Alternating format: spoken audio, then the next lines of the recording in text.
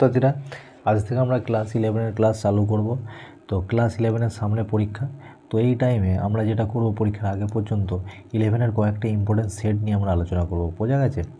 তো সেই সেটের মধ্যে আমরা কী কী সলিউশন করব, সেই সেটের মধ্যে আমরা এমসিকিউ সলিউশন করব, সেই সেটের মধ্যে আমরা এসিকিউ সলিউশন করব। তো আগে আমরা সেটের মধ্যে যে সমস্ত যতগুলো সেটের এমসিকিউ আছে সেই এমসিকিউগুলো আমরা সলিউশন করে শেষ করে দেবো, বোঝা গেছে? কেন তোমাদের ক্লাস 11-এ টোটাল 14 নম্বরের এমসিকিউ থাকে এবং এই 14 নম্বরটা প্রচুর পরিমাণে নাম্বার, বোঝা গেছে? যদি 14টায় 14 তোমরা ঠিক করতে পারো তো ফিজিক্সে অনেক অসাধারণ তোমরা রেজাল্ট করবে, বোঝা গেছে? তো আমার চ্যানেলে যারা যারা নতুন এসেছো তারা অবশ্যই চ্যানেলটাকে সাবস্ক্রাইব করে দাও, কেননা এই চ্যানেলে আমি তোমাদের 9, 10, 11, 12 এই 4টে ক্লাসে বিশেষ করে আর্টস এবং সায়েন্সের কন্টিনিউয়াস ভিডিও আপলোড করতে থাকি, যেটা তোমাদের প্রচুর পরিমাণে হেল্প করবে। তো চলো আজকে কথা না বাড়িয়ে আজকের ভিডিও শুরু করা যাক।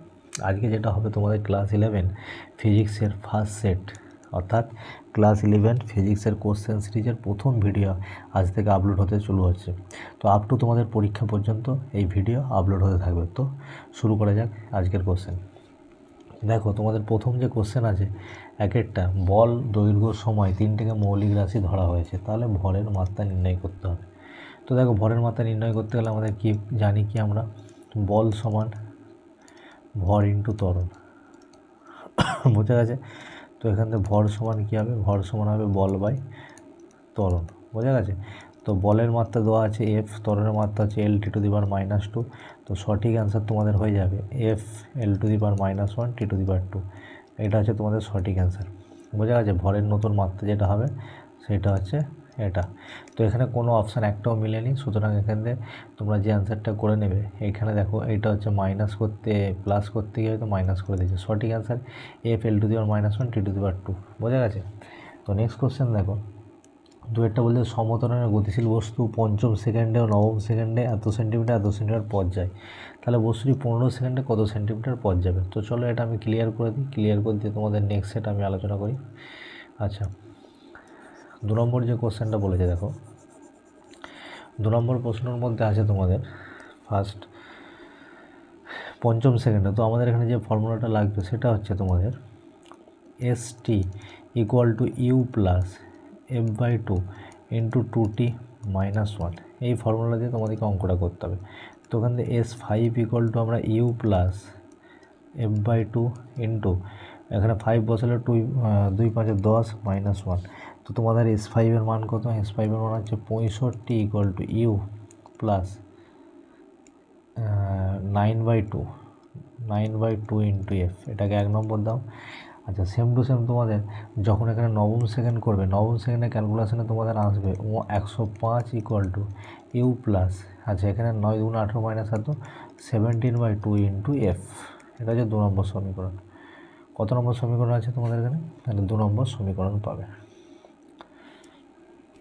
তো বোঝা গেছে, এটা হচ্ছে তোমাদের 2 নম্বর সমীকরণ।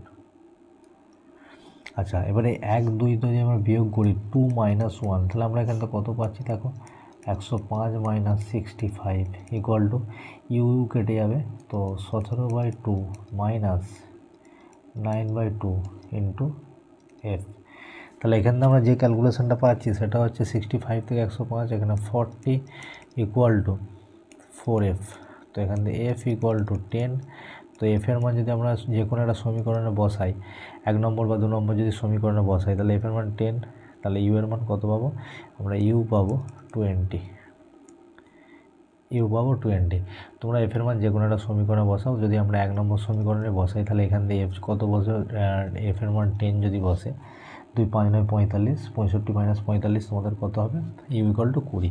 তো এই F আর U এর মান এটা আমাদেরকে যে কোনো একটা যদি সমীকরণে, অর্থাৎ এই 15 সেকেন্ডের জন্য যে কোনো সমীকরণ নয়, তোমাদের যে ফর্মুলাতে লাগাতে হবে সেটা হচ্ছে দেখো S = UT + ½ FT²। এই সমীকরণে আমরা ক্যালকুলেশন করব। তো দেখো U এর মান কত পাবে তোমরা? U এর মান 20 পেয়েছো, 15 সেকেন্ডে বের করতে হবে, প্লাস ½ × F এর মান 10 × 15² তো যদি এটা ক্যালকুলেশন করো তোমরা যে অ্যান্সারটা পেয়ে যাবে সেটা হচ্ছে তোমাদের 1425। তো সঠিক অ্যান্সার হয়ে যাবে এখানে 1425, ঠিক আছে? তাহলে এখানে 1425 এত সেন্টিমিটার, বোঝা গেছে? এটা ক্যালকুলেশন করলে তোমরা যে দূরত্বটা পাবে সেটা হচ্ছে 1425। তো এখানে যেটা দুয়েরটা বলেছে যে সমতলে গতিশীল বস্তু 15 সেকেন্ডে কত দূরত্ব অতিক্রম করবে, সঠিক অ্যান্সার হয়ে যাবে অপশান বি। আচ্ছা নেক্সট দেখো 3-এর যে কোশ্চেনটা, 3-এর দুটো ভেক্টরের মান দেওয়া আছে, একটা হচ্ছে এ ভেক্টর, একটা হচ্ছে বি ভেক্টর। তাহলে তোমাদেরকে কী বের করতে হবে, তোমাদেরকে ক্রস বের করতে হবে যে এ ক্রস বি কত হবে। তো চলো এটা ক্লিয়ার করা যাক, ক্লিয়ার করে নতুন অ্যান্সার।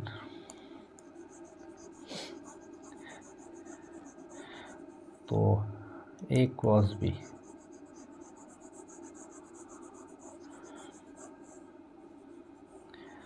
আচ্ছা আমরা এমন ছোটোবেলায় বজ্রগুণন পদ্ধতি করেছিলাম, সেম বজ্রগুণন পদ্ধতিতে আমরা এ ক্রস বি নির্ণয় করব। তো এখানে এ ক্রস বি ভেক্টর, তাকে এ ক্রস বি ভেক্টর করতে হলে I cap into J cap into k cap, আবার নতুন করে আই ক্যাপ লিখে দেবো। তাহলে এই ভেক্টরের মান কত, 2, 3, 4। তাহলে এখানে 2, এটা হচ্ছে 3, এটা হচ্ছে 4, আবার এখানে আয়ের মান 2। আচ্ছা বি এর মান কত, 1 -1 1, বি এর মান হচ্ছে 1 -1 1, আবার এখানে 1 লিখে দেবো। তো যখন আই ক্যাপ বের করবো, এটা আর এটা গুণ করবো, সরি যখন আমরা আই ক্যাপ বের করবো, তো এখানে আই ক্যাপটা যখন বের করবো আই ক্যাপটা চেপে দেবো, তখন 3 × 1 4 × -1, তাহলে কত হবে, 3 × 1 3 মাইনাসে প্লাসে 4 ইন্টু আই ক্যাপ, প্লাস যখন জে এর মানটা বের করবো তখন জেটা চেপে দেবো, চেপে দিয়ে কত গুণ করবো, 4 1 2 1, তাহলে গুণ করলে কত হবে, 4 1 4 -2 এত জে ক্যাপ, প্লাস যখন কে এর মানটা বের করবো তখন কেটা চেপে দেবো, তখন 2 ইন্টু এটা 3 ইন্টু এটা, তাহলে কত অ্যান্সার হবে, -2 আর -3 ইন্টু কে ক্যাপ, বাদ বাকিগুলো 0 হবে। দেখো তাহলে কত হবে answer, 7 into I cap plus হচ্ছে 2 into J cap -5 into k cap. বোঝা গেছে? তাহলে তোমাদের কোন অ্যান্সারটা সঠিক হচ্ছে, তো তোমাদের যে অ্যান্সারটা সঠিক হচ্ছে সেটা হচ্ছে option C is the right answer. তাহলে option C is the right answer. বোঝা গেছে? আচ্ছা নেক্সট আছে, এটা তোমাদের ম্যাপিং দিয়েছে, ম্যাপিংয়ের মধ্যে দেখো যে অ্যান্সারটা করতে হবে সেটা হচ্ছে বলছে কোনটি সুষম গতিকে নির্দেশ করে, মানে গতিটা যেন নির্দিষ্টভাবে বাড়তে থাকে সমানভাবে। তো এক্ষেত্রে 3 আর 4 হবেই না দেখে মনে হচ্ছে, কেন এটা সুষম গতি হচ্ছে না। এবার আসছে প্রথমেরটা, দেখো প্রথমেরটা যদি আমরা সময় বাড়ে কিন্তু দূরত্বটা একই থাকছে, সময় বাড়লে দূরত্ব একই থাকছে, তাহলে সময় বাড়লেও দূরত্ব কখনো একই থাকে, স্থির বস্তুর ক্ষেত্রে, কিন্তু আমাদের কিন্তু স্থির বস্তুর ক্ষেত্রে চায়নি, সুতরাং এটা ক্রস। তাহলে সঠিক অ্যান্সার হয়ে যাবে অপশান বি। সঠিক অ্যান্সার কী হবে, অপশান বি। আচ্ছা নেক্সট দেখো 4-এরটা, তার আগে এটা আমি ক্লিয়ার করতে একটু। নেক্সট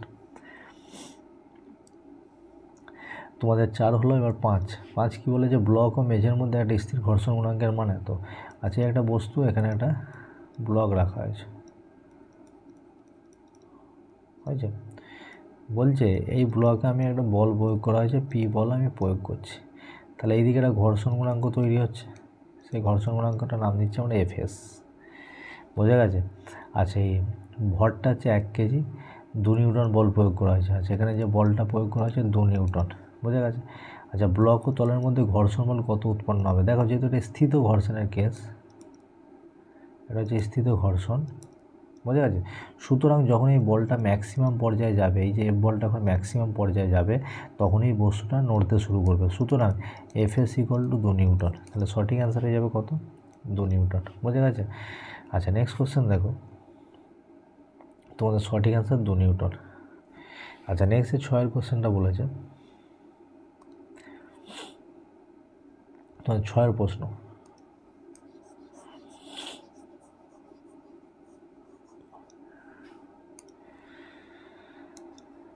বলছে স্থির ক্ষমতা প্রয়োগ করে একটা ইঞ্জিন একটা গাড়িকে স্থির অবস্থা থেকে সোজা অনুভূমিকে বরাবর টানছে, তাহলে টি সময় পরে বেগ কী হবে। তো দেখো এখানে ক্ষমতা থেকে প্রশ্ন দিয়েছে, ক্ষমতা সমান আমরা কি জানি, আচ্ছা ক্ষমতা সমান কি, ক্ষমতা সমান বল ইন্টু বেগ। বোঝা গেছে? F V. আচ্ছা এফ এর মান কি লিখতে পারি আমরা, M F into V. M সমান কি, এফ = হচ্ছে তোমাদের ডিভি বাই ডিটি ইন্টু হচ্ছে ভি। তাহলে এখান থেকে আমরা কী লিখতে পারি, এখান থেকে লিখতে পারি আমরা V DV = P by M into DT.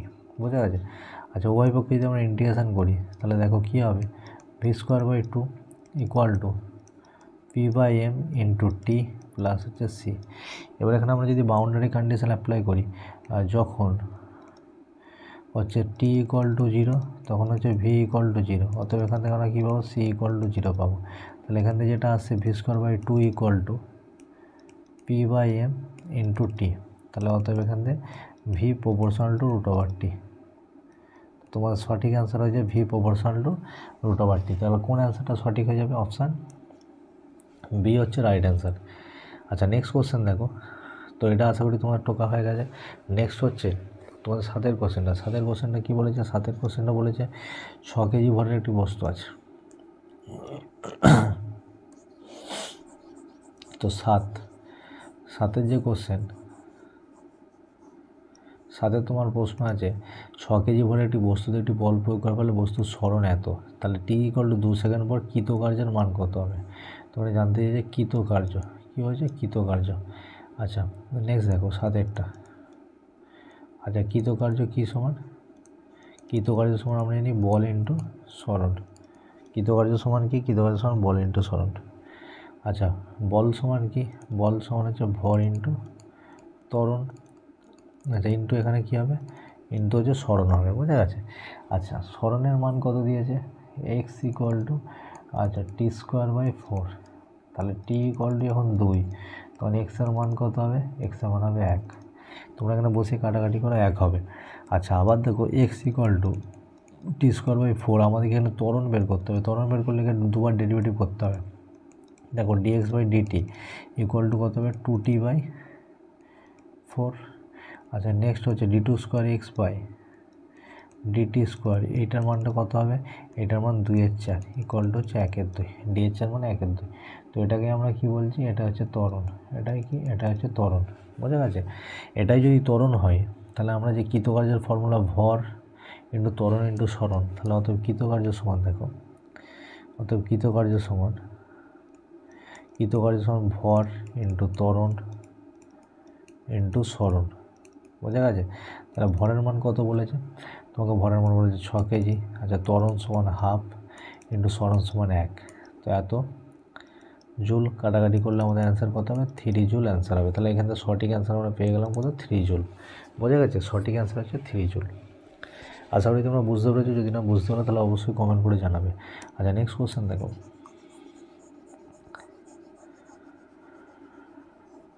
তোমাদের নেক্সট কোশ্চেন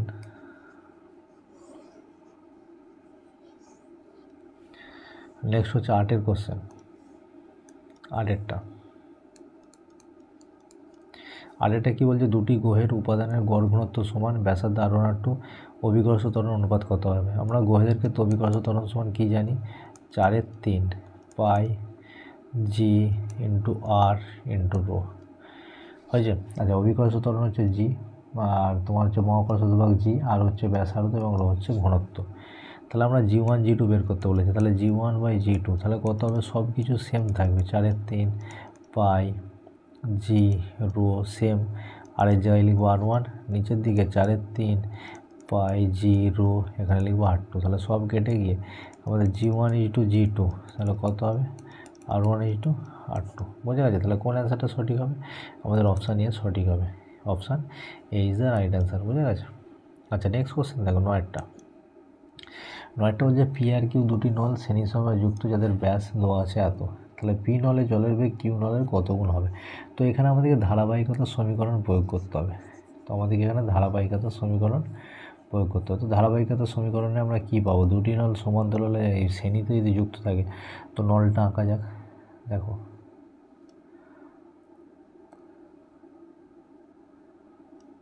একদিক মোটা আর একদিক সরু, তাহলে এই নলটা হচ্ছে পি নল আর হচ্ছে কিউ নল, বোঝা আছে।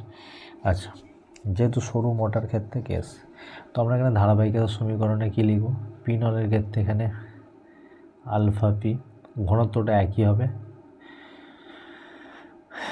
রো, আর এখানে হচ্ছে বেগ হচ্ছে ভিপি। আচ্ছা এখানে কি হবে, তোমার এখানে আলফা কিউব, ঘনত্বটা একই রো এবং বেগ হচ্ছে ভি কিউ। তাহলে আমরা কি জানি, অর্থাৎ alpha P rho into VP equal to alpha Q rho into V Q. আচ্ছা এখানে রো আর এই রো কেটে যাবে, রো আর রো যদি কেটে যায় তাহলে এখানে আমরা ভিপি আমরা এখান থেকে ভিপি বাই হচ্ছে ভি কিউ এর মানটা কত পাবো, এর মানটা পাবো তোমার alpha into Q by alpha into P. আচ্ছা আলফা মানে প্রস্থচ্ছেদের ক্ষেত্রফল, এই যে এরিয়াটা আলফা মানে এই এরিয়াটা প্রস্থচ্ছেদের ক্ষেত্রফল, বোঝা গেছে। তো এটা কার উপর নির্ভরশীল থাকে, এটা ব্যাসার্ধের স্কোয়ারের সাথে নির্ভরশীল থাকে। তাহলে এখানে লিখব আর কিউ স্কোয়ার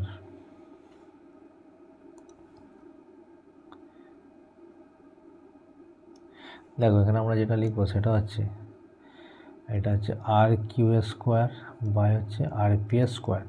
আচ্ছা এখানে ব্যাস দিয়েছে 2, তাহলে ব্যাসার্ধ হচ্ছে অর্ধেক আর কিউ আর এটা 4, তাহলে 4 মানে হচ্ছে 2 স্কোয়ার ইন্টু 10⁻² তার হোল স্কোয়ার। ব্যাস দেওয়া আছে আমাদেরকে ব্যাসার্ধ, এটা 1 স্কোয়ার ইন্টু 10⁻² এর হোল স্কোয়ার। তাহলে এটা কেটে গেল, তাহলে এখানে 4 হবে। কত হবে এখান থেকে আমরা অ্যান্সার পেয়ে যাবো 4, বোঝা গেছে। তাহলে এখান দিয়ে ভিপি ইকুয়াল টু কত হবে 4 ইন্টু ভি কিউ। তাহলে পি নলে যে বেগটা সেটা কত হবে, কিউ নলের বেগের কত গুণ হবে, কিউ নলের বেগের 4 গুণ। তাহলে option A is the right answer, বোঝা গেছে। অপশান এ হচ্ছে রাইট অ্যান্সার। আশা করি তোমরা বুঝতে পেরেছো, যদি না বুঝতে পারো তাহলে অবশ্যই আমাকে কমেন্ট করে জানাবে। আচ্ছা নেক্সট কোশ্চেন দেখো তোমাদের,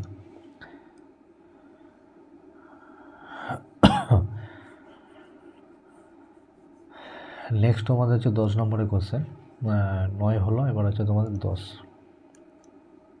R1 R2 ব্যাসার্ধের দুটি ধাতবগুলো একটি সান্দ্র মাধ্যমের মধ্যে দিয়ে অবাধে পড়ছে, বোঝা গেছে। তাহলে তাদের প্রান্তীয় বেগের অনুপাত কত হবে। তো আমি এখানে লিখে রেখেছি, দেখো প্রান্তীয় বেগের ফর্মুলা তোমাদের এখান থেকে 10 মানটা কত হবে, ভি ইকুয়াল টু 2/9, তোমরা এটা মুখস্থ রাখবে, R square into G rho minus sigma, তার নিচে হচ্ছে ইটা, বোঝা গেছে। আচ্ছা এখানে রো কি, এখানে রো হচ্ছে বস্তুর ঘনত্ব, যেহেতু বস্তুটা নিচে পড়ছে সুতরাং এর ঘনত্ব বেশি হবে, আর সিগমা হচ্ছে মাধ্যমের ঘনত্ব কম হবে। আচ্ছা এখানে আমরা কী পাচ্ছি, ভি ভ্যারিসেস আর স্কোয়ার, যেহেতু সব ধ্রুবক। তাহলে এখানে দুটি হচ্ছে বেগের প্রান্তীয় বেগের অনুপাত কত হবে, v1/v2 ইকুয়াল টু r1/r2 এর পুরোটা হচ্ছে হোল স্কোয়ার, বোঝা গেছে। আচ্ছা নেক্সট, তাহলে এখানে কোন অপশানটা সঠিক, অ্যান্সারটা হচ্ছে option D is the right answer, বোঝা গেছে। তাহলে অপশান ডি, এখানে অপশান ডি হচ্ছে সঠিক অ্যান্সার। আশা করি তোমরা বুঝতে পেরেছো। আচ্ছা নেক্সট দেখো 11 কোশ্চেনটা, একটি নির্দিষ্ট পরিমাণ আদর্শ গ্যাসের অভ্যন্তরীণ শক্তি, তো অভ্যন্তরীণ শক্তি সর্বদা তাপমাত্রার উপর নির্ভর করে, বোঝা গেছে। তাপমাত্রা যদি বাড়ে আভ্যন্তরীণ শক্তি ইউ ভ্যারিসেস টি, তাপমাত্রা বাড়লে আভ্যন্তরীণ শক্তি বাড়বে, তাপমাত্রা কমলে আভ্যন্তরীণ শক্তি কমবে। আচ্ছা নেক্সট দেখো 12টা হচ্ছে খুব ভালো অঙ্ক দিয়েছে তোমাদের, কনসেপ্টের অঙ্ক। বলছে একটা রুদ্ধতাপ প্রসারণ দিয়েছে, রুদ্ধতাপ প্রসারণের ক্ষেত্রে কী লিখতে হবে এখানে, রুদ্ধতাপ প্রসারণ। আচ্ছা রুদ্ধতাপ প্রসারণের ডিকিউ ইকুয়াল টু 0, আমরা কি জানি রুদ্ধতাপ প্রসারণের ডিকিউ ইকুয়াল টু 0 হয়। তো অভ্যন্তরীণ শক্তি পরিবর্তন 100 জুল, তাহলে গ্যাসটি দ্বারা কৃতকার্যের পরিমাণ কত হবে। তার প্রতি প্রথম সূত্র ডিকিউ সমান ডিউ প্লাস ডিডব্লিউ। আচ্ছা রুদ্ধতাপের জন্য এর মানটা কত 0, তাহলে এখানে ডিডব্লিউ ইকুয়াল টু হবে মাইনাস ডিউ, তাহলে মাইনাস 100 জুল। তাহলে কৃতকার্যের মান কত হবে, মাইনাস 100 জুল। তাহলে option is the right answer, বোঝা গেছে।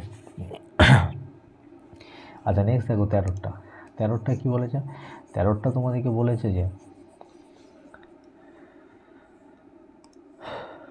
কোনো সোনোমিটার তারে মূল সুরের কম্পাঙ্ক n।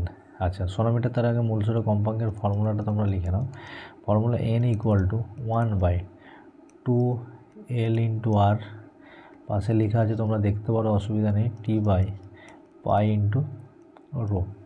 আচ্ছা এখানে এলটা কি, এলটা হচ্ছে তারের দৈর্ঘ্য, আরটা হচ্ছে তারের ব্যাসার্ধ, আর তোমার হচ্ছে রোটা হচ্ছে ঘনত্ব, আর টিটা হচ্ছে টান। তো এখানে কী কী বলেছে, টান আর ব্যাস দ্বিগুণ করেছে, নতুন মূল সুরের কম্পাঙ্ক কত হবে, আমি সেটা এন ড্যাশ ধরলাম, এন ড্যাশের মান কত হবে 1/2 ইন্টু এল, এলের মানে কোনো চেঞ্জ করেনি।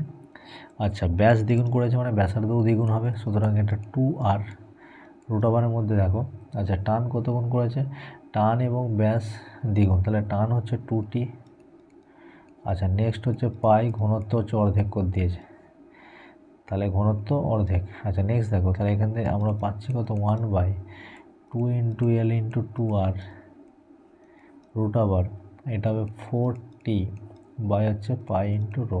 আচ্ছা চারটে যদি বাইরে বেরোয় তাহলে কত হবে 2/2l into 2r root t by pi into rho.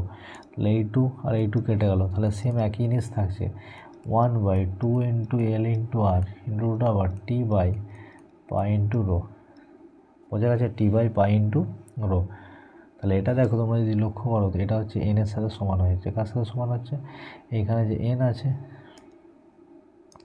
এখানে এন এর সাথে এটা সমান হচ্ছে, তাহলে আমরা এটা এন লিখতে পারি। তাহলে এন ড্যাশ আচ্ছা, যে নতুন যে মূল সুরে কম্পাঙ্কটা কার সাথে সমান হচ্ছে? এটা হচ্ছে এন এর সাথে সমান হচ্ছে। মাথায় ঢুকেছে না ঢোকেনি? তাহলে এখানে সঠিক অ্যান্সার হয়ে যাবে option C is the right answer, option C. আচ্ছা নেক্সট দেখো লাস্টে একটা 14 অঙ্কটা, যেটা 14 তোমাদের আজকের এমসিকিউ অর্থাৎ আজকের ভিডিওর টপিকের লাস্ট কোশ্চেন। তো সেখানে বলেছে দেখো কি বলেছে? বলেছে যদি একটি কম্পাঙ্ক একই কম্পাঙ্ক এবং একই বিস্তার সম্পন্ন দুটি তরঙ্গের উপরিবাদের ফলে সমান বিস্তারযুক্ত একটি লব্ধি তরঙ্গ সৃষ্টি হয়েছে, তাহলে দশা পার্থক্য কত হবে? আচ্ছা আমরা কি জানি? আমরা লব্ধি তরঙ্গের দশা পার্থক্য এ যদি হয় তাহলে a1 স্কোয়ার প্লাস হচ্ছে a2 square plus 2a1 a2 into cos theta. বোঝা গেছে? এখানে এও যা, a1ও তা, a2ও তা, সবাইকে আমি ছোটো হাতের এ ধরছি যেহেতু সবার বিস্তার কি সমান। তাহলে এখান থেকে কি হবে? এখান থেকে হবে এখানে এ নয় এ স্কোয়ার। বোঝা গেছে? আচ্ছা তো দেখো তাহলে এ স্কোয়ার ইকুয়াল টু কত হবে? এখানে এ স্কোয়ার প্লাস হচ্ছে এ স্কোয়ার প্লাস 2a ইন্টু এ ইন্টু কস থিটা। বোঝা গেছে? তাহলে এখান থেকে কী কেটে যাবে? দেখো এখান থেকে এ স্কোয়ার কেটে গেল, তাহলে এখান থেকে হচ্ছে কত? 2a square cos theta equal to -1 বা মাইনাস এ স্কোয়ার। এই মাইনাস এ স্কোয়ার কেটে গেল, তাহলে কস থিটার সমান কত হচ্ছে? কস থিটার সমান -হাফ ইকুয়াল টু হচ্ছে কস, তোমাদের -হাফের মান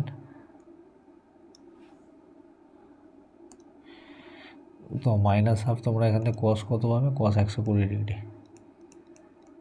হয়েছে। তাহলে থিটা ইকুয়াল টু 120 ডিগ্রি। আচ্ছা 120 ডিগ্রি ইকুয়াল টু হচ্ছে 2π/3। কেন তোমরা 120কে যদি রেডিয়ানে প্রকাশ করো π/180 দিয়ে গুণ করলে তাহলে সঠিক অ্যান্সার হয়ে যাবে কত? 2π/3। তো তোমাদের এই ছিল আজকে সেট 1-এর টোটাল 14টা এমসিকিউ সেট। যদি ভিডিওটা ভালো লেগে থাকে, যদি তোমাদের কিছু ইনফরমেটিভ মনে হয়, যদি তোমাদের কিছু উপকার হয় পরীক্ষার জন্য, তো অবশ্যই চ্যানেলটিকে লাইক করবে, শেয়ার করবে, সাবস্ক্রাইব করবে। পরের দিনে পরবর্তী সেট নিয়ে আবারও হাজির হব। ততক্ষণ পর্যন্ত সুস্থ থেকো, ভালো থেকো, ধন্যবাদ।